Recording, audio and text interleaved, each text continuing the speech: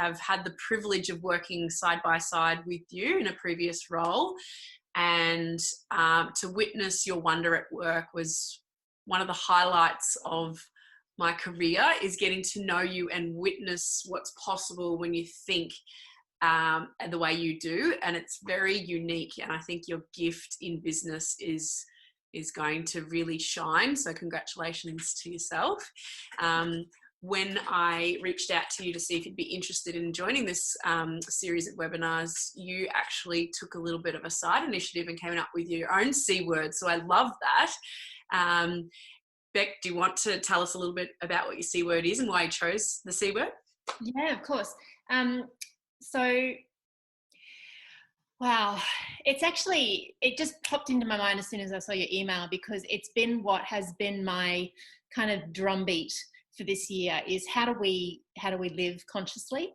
I myself are on a real deep kind of yearning for that in my own life, and so I've been just consuming like all of this beautiful content from spiritual leaders like Eckhart Tolle and Michael Singer and others like that, who have really set some beautiful tone around this topic, and it's made me realize, when I use the word consciousness, probably need to explain what I mean by that, because it does have a lot of connotation to it, but really what I'm meaning is the ability to live life like an observer, rather than to be in the muck and in the grind, where you just feel like you're reacting all the time and you're at the whim of everything that's going on because you're totally immersed in it.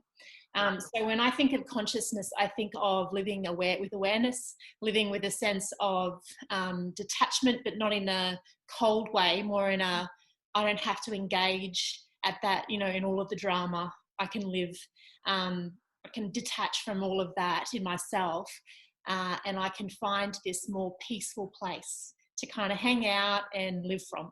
So for me, the journey started probably late last year, where I was personally going through, in my work life, I'd worked with a great company and it had been amazing, and I got to work with you. That was so good. And I was ready. There was something stirring in my soul for something different, and it was just about time for change. And I always know when that turns up in my life, and I have to listen when it does.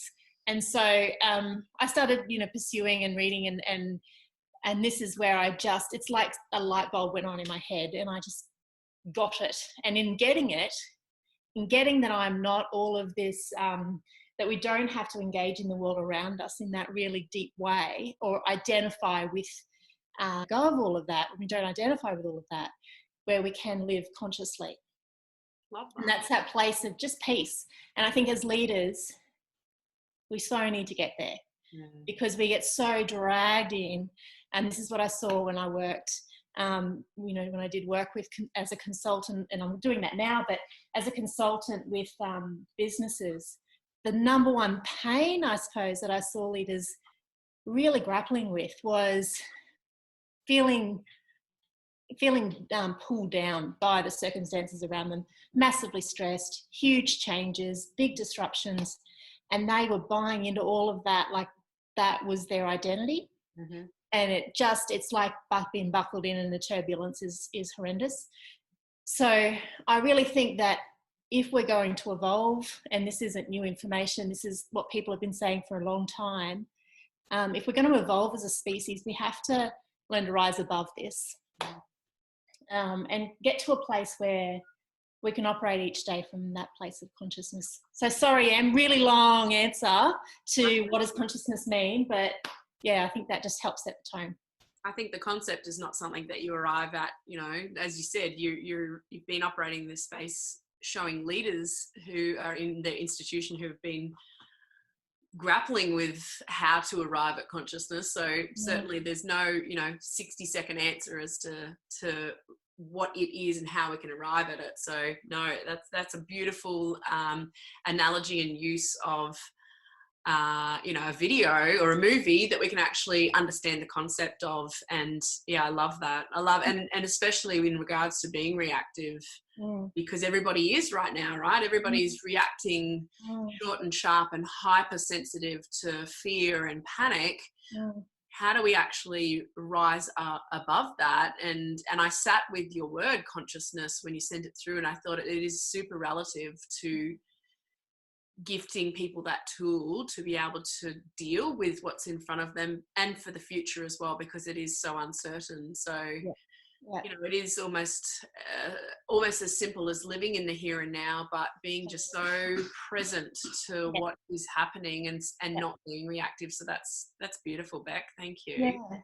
Yeah, no, it's great. And from that I've just been really thinking, because I'm pretty practical in my approach to stuff. So while it has almost like a spiritual higher world feel to it, at the same time, how do we ground that baby and make it really, relevant and practical in a way that leaders can engage on a daily basis? So, I've got some nice frames around that too, which is just steps you can take when the shit hits the fan, where you can just really take breath and become aware and just move through this series of steps I've designed. And I've been playing with that. My poor husband, he is my guinea pig. So he is a director in marketing and communications at Wesley Mission. So he has not got an easy role at the moment with everything that's going on with the coronavirus, and obviously an aged care, large aged care firm.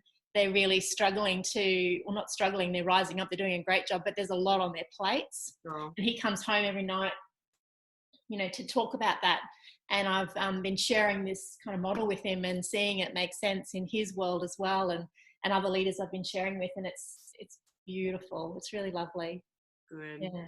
Yeah. Beck, I think that you and I could definitely talk for hours, and especially about this topic, but I want to wrap it up there. And thank you for your time. Thank you for your beautiful insight. And yeah, I hope that helps a leader or someone in business to be able to rise above and live consciously and make conscious decisions. And yeah, thank you for your beautiful brain, and thank you for who you are. Thank you for your time, Beck.